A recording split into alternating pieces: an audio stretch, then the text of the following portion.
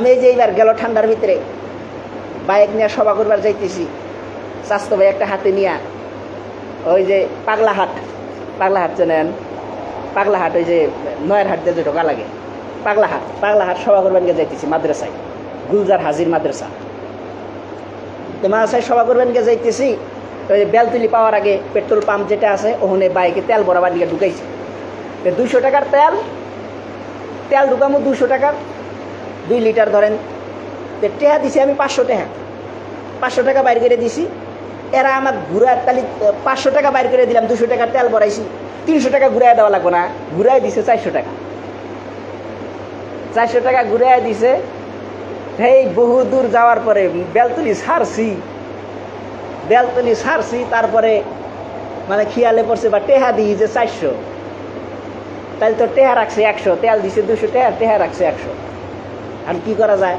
তার মধ্যে ফির ঘুরে এসে টাকা দিয়েছে। মাহতারাম দোস্ত বুজুর্গ, ওরকম অনেক দোকানদার এরকম হয়, বাজার করবে না গেলে অনেক এরকম হয়।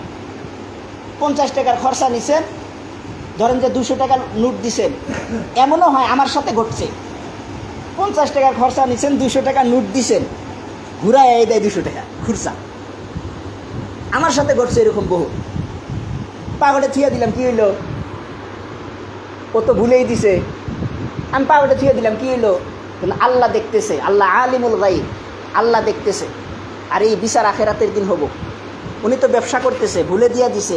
আপনি ঘুরাইয়া দিবেন যে আপনি 50 টাকার খরচা নিছি, 200 টাকা দিছি, আপনি 200 টাকা ঘুরাইয়া দিলেন কে? 50 টাকাটা নেন।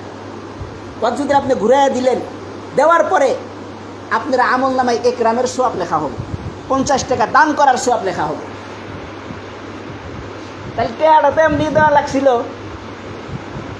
কিন্তু উনি ভুলে আমার ঘুরাইয়া দিছে, আমি ফির উনাকে দিলাম। দেওয়ার পরে আমি সোয়াবও পাইয়া গেলাম। লোসকান কি আছে? আখেরাতের হামলার থেকেও পাইসা গেলাম। আর যদি কই 50 টাকার খরচা, 200 টাকা দিছি, 200 টাকা ঘুরাইয়া দিছি, 50 টাকা লাভ, ওইটা পিন্দা বাড়া যাও, আপনি টের পাবেন না। মনে রাখেন, জুয়ার টাকা ভুয়া। মনে রাখেন, হারামের ভিতরে আরাম নাই, হালালের ভিতরে আরাম আছে। হারামের ভিতরে আরাম নাই, কিন্তু আল্লাহ মহান রব্বুল আলামিন ফির কথা দিছে, কতগুলা মানুষের উপরে হারাম সহ্য হয়ে যায়। হারাম খাইতেছে কিন্তু কোনো বেমার আজার, কোনো মুসিবত, কোনো কিছুই নাই। হাদিসের ভিতরে নবী কইছে, মিফতা আদাল্লাহ ওয়া কুল্লুহু নাজবা আনা কুল্লুহু কাবরিহি ওয়ানাল্লাহা ফিহি জাহান্নাম। ওই ব্যক্তির সাজা তো জাহান্নামে হবো। দুনিয়াতে আরাম আয়েশ করুক না, কত করবার পারে, কয়দিন করব? 1 সেকেন্ডের জন্য দুনিয়া।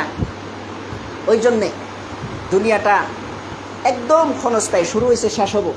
আখেরাতের জিন্দেগি, আখেরাতের সামান আমাদের তৈরি করা লাগবে নতুন করে।